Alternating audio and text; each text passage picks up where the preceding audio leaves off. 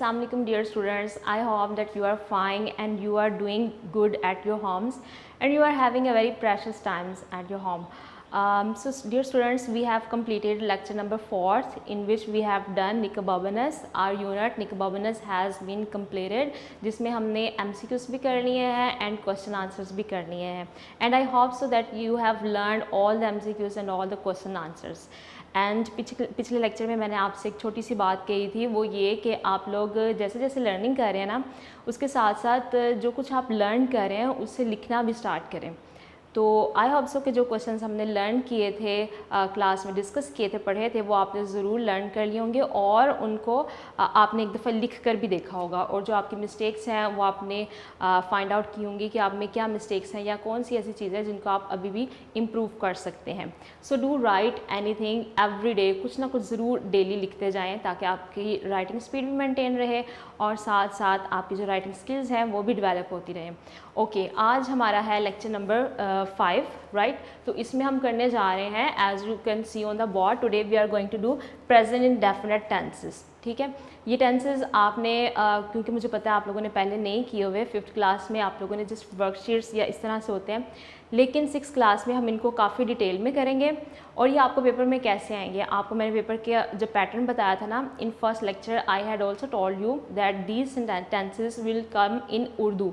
ये आपको उर्दू फॉर्म में आएंगे पेपर में and you will have to translate this tenses into English. आपको इन टेंसेस को इंग्लिश में चेंज करना होगा. आपको 8 सेंटेंसेस आएंगे उर्दू में and you will have to translate at least 5 sentences into English. 8 आएंगे जिसमें से 5 अटैम्प्ट करने कंपल्सरी हैं and each tense carries 1 mark. आपका एक जितना भी एक सेंटेंस है उसका 1 नंबर होगा, तो टोटल मार्क्स होंगे 5 marks and this is a very important portion of your paper. इसको हम डिस्कस करेंगे और आज हम करने जा रहे हैं present definite tense, as you can see on the board. Okay, सबसे पहले मैंने डेफिनेशन लिखी हुई है यहाँ पर प्रेजेंट टेंस की. तो सबसे पहले आपने प्रेजेंट को समझना है कि प्रेजेंट बेसिकली कौन सा टाइम है.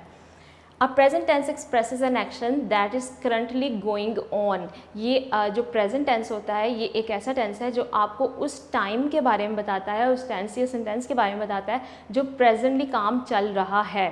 ठीक है, तो इन सेंटेंसेस के लास्ट में आप या फिर ये समझ लें कि इन सेंटेंसेस के लास्ट में है या हैं आता है. ठीक है, या हूँ भी आ सकता है. हैं, हूँ और हैं वाले जो वर्ड्स हैं ये आपको डिस्क्राइब करेंगे कि ये प्रेजेंट टेंस है, राइट. तो प्रेजेंट टेंस में आपको ये पता चलेगा कि काम जो है वो आज के ज़माने में हो रहा है. पास्ट की बात हम नहीं करेंगे कि काम हो रहा था, पास्ट की बात नहीं होगी. था, थी, थे नहीं आएगा लास्ट में. या हम ये नहीं कहेंगे कि मैं काम करूँगा, फ्यूचर की बात नहीं होगी. हम आज के दौर की बात करेंगे, आज की बात करेंगे जिसके लास्ट में है, हूँ या हैं आता है. सो ऑल दो सेंटेंसेस जिसमें ये वाले वर्ड्स आते हैं वो कौन से टेंसेस हैं, वो आपके प्रेजेंट टेंस हैं, right. So now we are coming to words present definite tense. Present definite tense की भी मैंने यहाँ पर आपको डेफिनेशन लिख दी है. ये डेफिनेशंस आपने बेसिकली याद नहीं करनी. ये ऐसा नहीं है कि आपने इनको डेफिनेशंस को याद करना है, डेफिनेशंस को आप जस्ट समझ लें. ठीक है, टेंसेस हम जितने भी करेंगे ये जस्ट सिर्फ कॉम्प्रिहेंशन वाले होंगे, यानी आपने समझने होंगे. पेपर में ये आपको अनसीन आते हैं. जितने भी टेंसेस आएंगे, सेंटेंसेस आएंगे, वो आपको अनसीन आएंगे and then you will have to translate those sentences into English, right. तो यहाँ पे डेफिनेशन मैंने लिखी है. It is used to express an action in present tense, habitual और यूजुअल एक्शंस और डेली इवेंट और यूनिवर्सल फैक्ट. तो प्रेजेंट डेफिनेट टेंस एक वो वाला टेंस है जिसमें आपको कोई एक्शन जो है वो एक्सप्रेस किया जाता है प्रेजेंट टाइम में. सबसे पहली बात क्या है प्रेजेंट डेफिनेट टेंस के बारे में कि इसमें जो आपको एक्शन एक्सप्रेस किया जाता है ना, everything which is done, it will be related to present tense. वो प्रेजेंट के बारे में बात होगी. ठीक है, इतनी बात आपको समझ आ गई. उसके बाद हैबिचुअल, हो सकता है किसी की कोई हैबिट बताई जा रही हो. जैसे अगर मैं कहूँ मैं सुबह सवेरे उठती हूँ तो दिस इज़ माई हैबिट. ठीक है, उसको मज़ीद एक्सप्लेन हम कर रहे हैं इस डेफिनेशन में. यूजुअल एक्शंस, या कोई यूजुअल एक्शन आपको बताया जाएगा इस सेंटेंस में. जैसे कहा जाएगा कि जैसे आप कह सकते हैं कि मैं खाना 1 बजे खाती हूँ. तो ये आपका यूजुअल एक्शन है which you are performing at the quite intervals, जो आप अक्सर करते रहते हैं. कोई यूजुअल एक्शन आपको बताया जाएगा. या आपका कोई डेली इवेंट बताया जाएगा। जैसे मैं कहूँ कि मैं सुबह सवेरे सैर पर जाती हूँ, तो ये भी एक डेली इवेंट है, जो मैं डेली एक काम करती हूँ। एवरीडे रूटीन के बारे में कुछ बताया जाएगा, या एक यूनिवर्सल फैक्ट या कोई भी ऐसी चीज़ जो यूनिवर्सल फैक्ट है जिसको हम चेंज नहीं कर सकते। जैसे अगर मैं कहूँ कि सूरज मशरिक़ से निकलता है, तो ये एक यूनिवर्सल फैक्ट है, इसको हम कभी भी चेंज नहीं कर सकते। तो all those sentences which are expressing the present time, habitual or usual actions or daily event or universal facts, all those sentences are related to present definite tense, right? इतना बस आपने समझ लेना है, डेफिनेशन याद नहीं करनी, जस्ट इसको समझ लें। उसके बाद आ जाए रिकग्निशन इनटू उर्दू। उर्दू में जब सेंटेंसेस आपको पेपर में आएंगे तो क्या रिकग्निशन होगी जिससे आपको पता चलेगा कि ये प्रेजेंट डेफिनेट टेंस है। वो रिकग्निशन है ता है, ती है, ते हैं, ठीक है, या ता हूँ भी आ सकता है, इसमें ती हूँ भी आ सकता है। प्रेजेंट है, आप देख लें सबके लास्ट में है, हैं या हूँ आ सकता है, तो ये प्रेजेंट है। और एक और इसकी बहुत इजी रिकग्निशन है कि जिन टेंसेस के लास्ट में ता है, ती है, ते हैं आता है, वो प्रेजेंट डेफिनेट टेंसेस हैं। ये आपने याद कर लेना है। तो पेपर में मैं अपने स्टूडेंट्स को यही रिकमेंड करती हूँ, जब आपको पेपर आएगा ना सामने और आपने टेंसेस अटेम्प्ट करने होंगे, तो first thing which you have to do is to underline the sentences. जितने भी आपको सेंटेंस आएंगे ना, उनका जो एंडिंग पार्ट है उसको आप अंडरलाइन कर लें, वो आपको हेल्प करेगा सेंटेंस की रिकग्निशन में। जैसे एक सेंटेंस आया है, मैं सुबह सवेरे उठती हूँ, तो आपने क्या करना है, इसके जो एंडिंग 2 वर्ड्स हैं ती हूँ को अंडरलाइन कर लेना है। फिर आपने अपने माइंड में सोचना है कि ये कौन से टेंस से रिलेट करता है, फिर उसका स्ट्रक्चर फॉलो करते हुए आपने इंग्लिश में उस पर्टिकुलर सेंटेंस को चेंज करना है, राइट। तो आगे चलते हैं मज़ीद। यहाँ पे मैंने स्ट्रक्चर लिखा है, स्ट्रक्चर आप देख लें। जब आपने उर्दू से इंग्लिश में सेंटेंस को चेंज करना है, so what particular structure you are going to follow, वो मैंने यहाँ पर लिख दिया है। सबसे पहले आपने सब्जेक्ट को ट्रांसलेट करना है, उसके बाद वर्ब की फर्स्ट फॉर्म लगानी है, एंड देन आपने ऑब्जेक्ट को ट्रांसलेट करना है। अब यहाँ पर आप मुझसे क्वेश्चन करेंगे कि व्हाट इज़ सब्जेक्ट, क्योंकि आपने टेंसेस पहले नहीं किए हुए, तो मे बी आपको ना पता हो कि सेंटेंस में सब्जेक्ट क्या होता है। तो सेंटेंस में एक सब्जेक्ट क्या है, basically the doer of the action.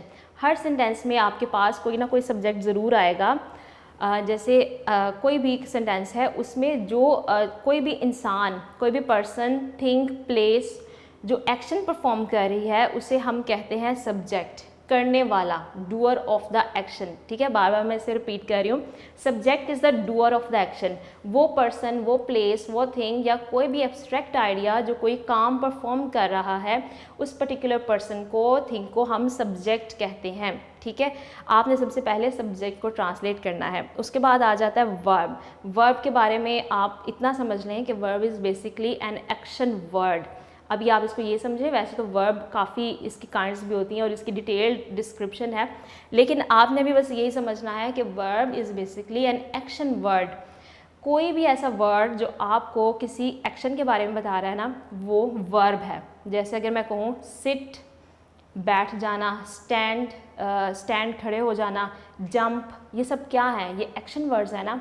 Cook, पकाना, थिंक, सोचना, राइट, लिखना, लर्न, याद करना, तो ये सब क्या है, एक्शंस हैं। So these are all falling into the category of verb. ये वर्ब है, और यहाँ पर आपने वर्ब की इस पर्टिकुलर टेंस में, प्रेजेंट डेफिनेट टेंस में, आपने वर्ब की फर्स्ट फॉर्म यूज़ करनी है। मे बी आपने 5th क्लास में वर्ब की फॉर्म्स की हों, क्योंकि आई रिमेंबर कि वहाँ पर वर्कशीट्स आपको प्रोवाइड की जाती थी वर्ब की फॉर्म्स के बारे में। तो आपको याद होगा कि वर्ब्स की 3 फॉर्म्स होती हैं। ठीक है, first, second and third, 3 forms होती हैं बेसिकली हर वर्ब की।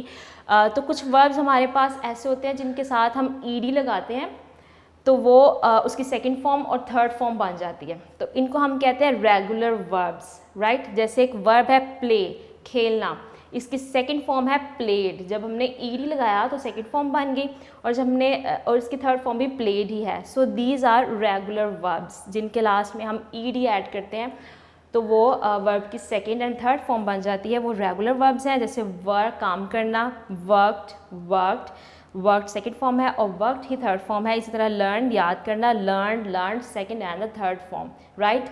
इसी तरह कुछ वर्ब्स हैं जिनके लास्ट में हम ईडी नहीं लगाते, तो वो कौन से वर्ब्स हैं, वो इर्रेगुलर वर्ब्स कहलाते हैं। ठीक है, आपने मे भी इनके बारे में पहले सुना हो। इरेगुलर वर्ब्स होते हैं जिनकी first, second and third kind utterly different होती है एक दूसरे से। एक वर्ब है सी, देखना, ठीक है, इसकी सेकंड फॉर्म होती है सो, तो ये दोनों एक दूसरे से अटरली डिफरेंट हैं, तो हम इसे कहते हैं इरेगुलर वर्ब, राइट। इसके बाद थर्ड फॉर्म है सीन, सी, सो, सीन, तो आपने देखा कि ये तीनों काइंड्स एक दूसरे से डिफरेंट हैं। So these are irregular verbs. उसके बाद जैसे एक वर्ब है डू, कोई काम करना, did is the second form, done is the third form and then by first form. इसकी जो सेकेंड फॉर्म है वो है बॉट और थर्ड फॉर्म भी बॉट है, लेकिन ये दोनों एक दूसरे से डिफरेंट है। So these are irregular verbs, right. तो वर्ब आपको समझ आ गया, वर्ब क्या है? Basically it is an action word which describes you some kind of action. जो भी वर्ड आपको सेंटेंस में एक्शन डिस्क्राइब कर रहा है उसको हम वर्ब कहते हैं, राइट। उसके बाद आपने सेंटेंस के लास्ट में ऑब्जेक्ट को ट्रांसलेट करना है। ऑब्जेक्ट क्या होती है? Something on which work is done, कोई ऐसी चीज़ जिस पर काम किया जाता है। जैसे अगर मैं कहूँ अली सेब खाता है, तो इसमें ऑब्जेक्ट क्या है? अली क्या काम कर रहा है, किस पर कर रहा है? सेब पर कर रहा है। सो एप्पल या सेब जो है वो इस सेंटेंस में ऑब्जेक्ट है, राइट। और अगर मैं कहूँ आई राइट ऑन द नोटबुक, मैं नोटबुक पर लिखती हूँ, तो इसमें ऑब्जेक्ट क्या है? इसमें है नोटबुक, राइट। तो अभी मैंने आपको स्ट्रक्चर जो है वो एक्सप्लेन कर दिया है। सबसे पहले आपने ये समझ लिया कि सब्जेक्ट क्या है, doer of the action, doer of the action, and verb क्या है? Basically N action word. इसकी आपने इस टेंस में फर्स्ट फॉर्म यूज़ करनी है और उसके बाद ऑब्जेक्ट आ जाता है।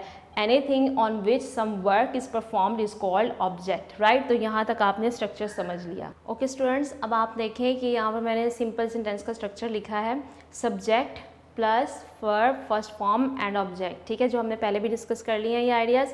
अब आप देखें कि उर्दू में आपको एक सेंटेंस आता है वो खाना खाती है, तो आपने सबसे पहले इसकी रिकग्निशन देखनी है, ती है, तो फिर आपने इसको प्रेजेंट डेफिनेट टेंस में चेंज करना है, शी ईट्स फूड। अली ख़त लिखता है, उर्दू में आपको एक सेंटेंस आएगा अली ख़त लिखता है, ता है से आपको पता चलेगा कि ये प्रेजेंट डेफिनेट टेंस है और आप इसको इंग्लिश में चेंज करेंगे अली राइट्स अ लेटर। अब आपने इसको किस तरह से चेंज करना है, इसका मज़ीद यहाँ पर मैंने स्ट्रक्चर डिस्क्राइब किया है। जब आपके पास ये वाले प्रोनाउंस होंगे, यानी आई, यू, वी, दे होगा या मोर देन वन पर्सन होगा, तो आपने वर्ब की फर्स्ट फॉर्म लगानी है और ऑब्जेक्ट लगाना है। मीन्स सिंपल काम करना है कि वर्ब की फर्स्ट फॉर्म लगा देनी है, राइट। लेकिन जब आपके पास जो सब्जेक्ट है, सबसे पहले आप सेंटेंस में ना सब्जेक्ट देखना है कि सब्जेक्ट कौन सा है, फिर उसके अकॉर्डिंग आपने वर्ब लगाना है।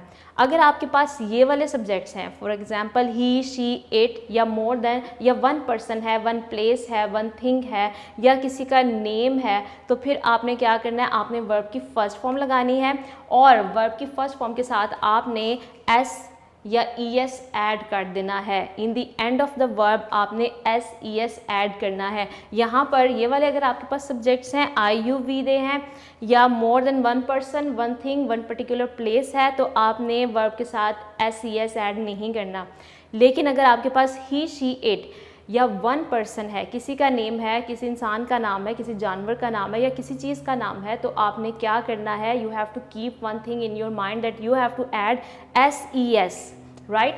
SES in the end of the verb, verb के लास्ट में आपने S या ES ऐड करना है when these particular subjects are there in the sentence.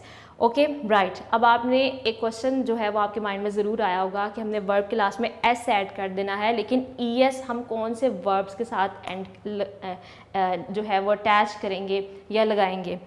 तो कुछ वर्ब्स आपके ऐसे होते हैं जो इन पर्टिकुलर लेटर्स के साथ एंड हो रहे होते हैं, जैसे double S, SH, CH, XOX। तो ये वाले जब आपके वर्ब्स आएंगे तो वहाँ पर आपने इनके एंड में ES ऐड कर देना है, राइट। जैसे पास, PASS, पास, लास्ट में आपने देखा कि डबल S आ रहा है, which I have already mentioned here, तो आपने क्या किया, आपने ES लास्ट में ऐड कर देना है, राइट। उसके बाद वॉश एक वर्ब है, किसी चीज़ को धोना, यहाँ पर भी आपने ES ऐड कर दिया। क्यों ऐड किया? Because this is the rule कि जब आपके पास सब्जेक्ट्स ये वाले हैं तो आपने वर्ब के लास्ट में SES ऐड करना है, और अगर आपका वर्ब इन पर्टिकुलर लेटर्स के साथ एंड हो रहा है तो आपने ES ऐड कर देना है। सो हम वॉश को वॉशेस में चेंज कर देंगे। इसके बाद CH, जैसे मैंने वर्ब लिखा है वॉच, तो लास्ट में ES ऐड किया है, ही वॉचेस अ मूवी, ठीक है, ही यहाँ पर मेंशन है ऑलरेडी, तो अगर आपने ही वाला कोई भी सेंटेंस बनाना है, ही आपके पास सब्जेक्ट है, तो फिर आप कहेंगे ही वॉचेस अ मूवी। इसी तरह एक वर्ब है मिक्स, यानी मिल जाना आपस में, इसके लास्ट में भी आप ES ऐड करेंगे। अगर आपके वर्ब के लास्ट में O आ रहा है, जैसे एक वर्ब है गो, तो लास्ट में आपने ES ऐड कर दिया और वर्ब बन गया गोज, राइट। ये काम आपने सिर्फ तब करना है जब आपके पास ही, शी, इट और वन पर्सन है, राइट। कोई भी किसी का नेम है, किसी पर्टिकुलर जगह का नाम है, किसी एनिमल का नेम है, तब आपने वर्ब के साथ SES ऐड करना है। लेकिन अगर आपके पास ये वाले सब्जेक्ट्स हैं, then you are not going to add SES in the end of the verb. फिर आपने सिंपल वर्ब की फर्स्ट फॉर्म लगानी है and then you have to complete the sentence. इसी तरह आप सेंटेंस कंप्लीट कर देंगे। तो इस बात को आई होप सो कि आपने अच्छे से समझ लिया होगा। ओके स्टूडेंट्स, अब आप पेज नंबर 69 ओपन करें फ्रॉम योर नोट्स में से पेज नंबर 69 ओपन कर लें and there are written some Urdu sentences जिनकी हम प्रैक्टिस करेंगे। फर्स्ट सेंटेंस जैसे आप देखें, ब्रूस बहुत सी दिलचस्प चीज़ें जानता है। अब ब्रूस क्या है? Bruce is one person, uh person. तो आप क्या करेंगे, आप वहाँ यहाँ पर वर्ब में SES का इजाफा करेंगे, जो मैंने आपको रूल बताया है। Bruce knows a lot of interesting things, यहाँ पर आपने नो के साथ S क्यों ऐड किया है? Because Bruce is one person और रूल हमें ये बताता है when there is one person is your subject, then you have to add SES in the end of the verb, right? इसके बाद आप आ जाएं, सेकेंड सेंटेंस पढ़ें, कुत्ते भौंकते हैं। सेकेंड सेंटेंस है कुत्ते भौंकते हैं। अब आपने देखा कि जो डॉग्स हैं वो ज़्यादा है, mean there is not one dog, there are more than one dog. तो फिर आपने क्या करना है, आपने ये वाला रूल फॉलो करना है, डॉग्स बार्क, फर्स्ट फॉर्म लगानी है, डॉग्स बार्क। लेकिन अगर डॉग वन है, अगर मैं कहूँ कुत्ता भौंकता है, फिर आपने ये वाला रूल फॉलो करना है और आपने कहना है डॉग बार्क्स, फिर आपने वर्ब के साथ S ऐड कर देना है इन the end of the verb. Now read the sentence number 3। इसका छोटा भाई सबको गालियाँ देता है। इसका छोटा भाई सबको गालियाँ देता है। अब आपने सब्जेक्ट पर सबसे पहले फोकस करना है। छोटा भाई एक है तो हम क्या कहेंगे, हिज यंगर ब्रदर अब्यूजेस। हमने जो वर्ब है ना गालियाँ देना, ये जो एक्शन वर्ड है, इसके लिए हमने यूज़ किया है वर्ब इंग्लिश में अब्यूज़, लेकिन उसके लास्ट में हमने S ऐड कर दिया है। क्यों ऐड किया है? क्योंकि छोटा भाई एक है, one person, singular person, so that's why we have added S at the end of the verb. His younger brother abuses everybody, right. इसके बाद आप आ जाएँ, सेंटेंस नंबर 9 पढ़ें, वो भी सिंपल सेंटेंस की एग्जाम्पल है। बतख पानी में तैरती है। बतख पानी में तैरती है, तो आप इसको कैसे ट्रांसलेट करेंगे, the duck swims in the water. सितारे अपने मिदारों में घूमते हैं। The planets move in their orbits. यहाँ पर आपने मूव कहा है, वर्ब मूव्स नहीं कहा, but if there is one planet, एक प्लैनेट की बात करेंगे तो हम कहेंगे the planet moves in their orbits, right. Okay students, now we are going to do negative sentences. Simple sentence का स्ट्रक्चर मैंने आपको करवा दिया, आई होप सो आपको समझ आ गया होगा। अब आपने नेगेटिव सेंटेंसेस करने हैं, तो नेगेटिव सेंटेंसेस में हम सिर्फ डू एंड डज जो है वो ऐड करेंगे। वर्ब की सेम वही फर्स्ट फॉर्म रहेगी जो आपने पहले की है, लेकिन एक चीज़ आपने याद रखनी है कि अभी मैंने जो आपको SES ऐड करने वाला रूल समझाया, वो आपने सिर्फ सिंपल सेंटेंसेस में करना है, नेगेटिव में या इंट्रोगेटिव में नहीं करना, राइट। ये जो नेगेटिव सेंटेंसेस हैं, इसमें आपने SES वाला रूल ऐड नहीं करना, you just have to add do and does, right. अब आपने डू कहाँ पर ऐड करना है, what are the particular subjects जिनके साथ आप डू ऐड करने जा रहे हैं, वो है आई, यू, वी, दे, या मोर than one person, one thing, one place और any abstract idea.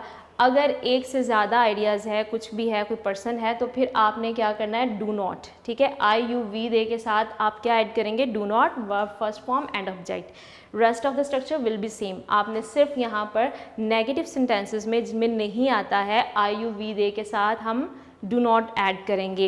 And if your subject is he, she, it और one person, one thing, one abstract idea, then you have to add does not. फिर आपने does not add करना है, verb की first form, और बाकी सब structure आपका सेम ही है।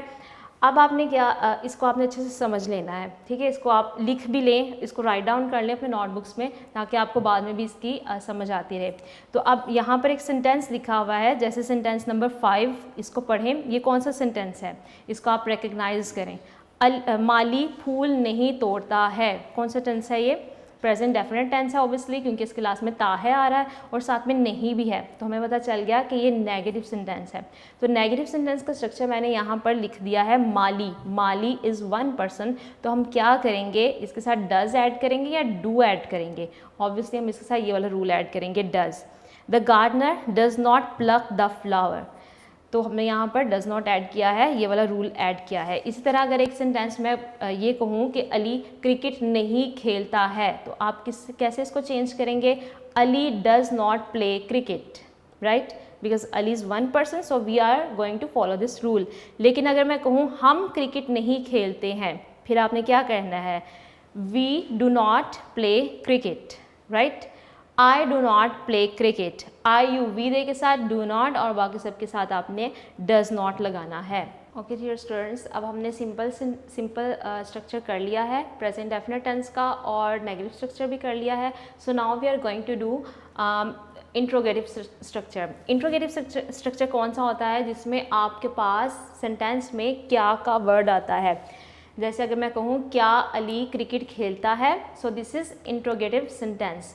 इस सेंटेंस में क्या का वर्ड आया है क्योंकि क्वेश्चन किया गया है, so this is interrogative sentence. तो इसमें आपने क्या करना है, इसमें आपने सबसे पहले सब्जेक्ट नहीं लगाना, जैसा कि हम सिंपल में और नेगेटिव में कर रहे थे, that first in the beginning of the sentence we were putting subject. लेकिन यहाँ पर हमने क्या करना है कि हमने डू एंड डज को स्टार्ट में ले आना है।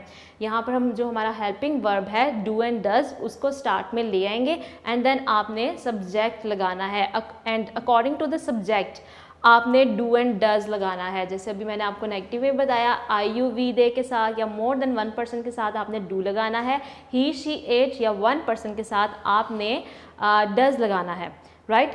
तो आपने लुकिंग एट द सब्जेक्ट को देखते हुए आपने डू और डज को डिसाइड करना है कि इनमें से कौन सा आप हेल्पिंग वर्ब सब्जेक्ट के साथ लगाएंगे। वर्ब की फर्स्ट फॉर्म ही आएगी और ऑब्जेक्ट ही आएगा लास्ट में, और लास्ट में आपने क्या करना है, that you have to add the question mark at the end of the sentence, right. उसके बाद ये वाले सेंटेंसेस आ जाते हैं जिसमें नेगेटिव इंट्रोगेटिव होता है सेंटेंस। जैसे कोई आपको मैं ये एग्जांपल देती हूँ, क्या अली क्रिकेट नहीं खेलता है। अब इसमें क्या भी है और नहीं भी है, ठीक है। तो ये नेगेटिव इंट्रोगेटिव सेंटेंस है। क्या अली क्रिकेट नहीं खेलता है, क्या भी है और नहीं भी है, so this is negative interrogative sentence. इसमें आपने बिगिनिंग में डू एंड डज ही लगाना है, ठीक है, और सब्जेक्ट के बाद आपने नॉट ऐड करना है। ये जितने भी हम टेंसेस करेंगे ना, उनमें यही सेम स्ट्रक्चर रहेगा कि आपने, अगर आपके पास नेगेटिव इंट्रोगेटिव सेंटेंस आया है तो आपने सब्जेक्ट के बाद नॉट ऐड करना होगा। क्या अली क्रिकेट नहीं खेलता है, इसको आप कैसे बनाएंगे, does Ali not play cricket, और लास्ट में आपका क्वेश्चन मार्क आ जाएगा, राइट। इसके बाद आ जाए double interrogative sentences. Double interrogative sentences कौन से होंगे, जिसमें आपके पास WH वर्ड्स आ जाते हैं, जैसे व्हेन, वेयर, वाई, हु, ये वाले सेंटेंस आपके पास आ जाते हैं, वर्ड्स आ जाते हैं। तो फिर आपने इनको सबसे पहले ट्रांसलेट करना है। जैसे आपको कोई सेंटेंस आया है और उसमें ये वर्ड्स आ गए हैं, क्यों, कहाँ, कब, कैसे, या हाउ का वर्ड आ गया है, यस, अगर हाउ का वर्ड आ गया तब भी आपने बिगिनिंग में हाउ ऐड कर देना है, कैसे, राइट। जैसे एक सेंटेंस आया है, अली क्रिकेट कैसे खेलता है, तो आपने कैसे को पहले ट्रांसलेट करते हुए हाउ की इंग्लिश पहले करनी है। अली क्रिकेट कब खेलता है, कब की इंग्लिश होगी व्हेन, तो आपने WH वर्ड बिगिनिंग में लगाना है। अली क्रिकेट क्यों खेलता है, क्यों की इंग्लिश है वाई, तो आपने वाई बिगिनिंग में लगाना है, राइट। तो उसके बाद आपने डू एंड डज लगाना है। इससे पहले हम क्या कर रहे थे, हम जो हमारे पास सिंपल इंट्रोगेटिव सेंटेंसेस हैं और जो नेगेटिव इंट्रोगेटिव सेंटेंसेस हैं उसमें हम लोग डू एंड डज बिगिनिंग में लगा रहे थे। लेकिन जैसे ही आपके पास WH वर्ड आएगा या हाउ का वर्ड आएगा तो आपने क्या करना है कि आपने बिगिनिंग में ये वर्ड्स लगा देने हैं और उसके बाद डू एंड डज लगा देना है। So do and does automatically पीछे चला जाएगा और आपके WH वर्ड्स बिगिनिंग में आ जाएंगे, and then subject, verb, first form and the rest of the structure will be same, right. अब हम कुछ एग्जांपल्स करते हैं जो हमारे पास नोट्स में हैं। जैसे आप आएँ सेंटेंस नंबर 4 पर आएँ, क्या तुम डॉक्टर से मशवरा करते हो, ठीक है। तो इसमें हमारे पास सब्जेक्ट क्या है, सबसे पहले आपने सब्जेक्ट लगाना है, क्योंकि सब्जेक्ट के अकॉर्डिंग ही हम लोग ये देखेंगे कि हमने डू या डज बिगिनिंग में लगाना है, तुम हमारे पास सब्जेक्ट है और तुम की इंग्लिश है यू।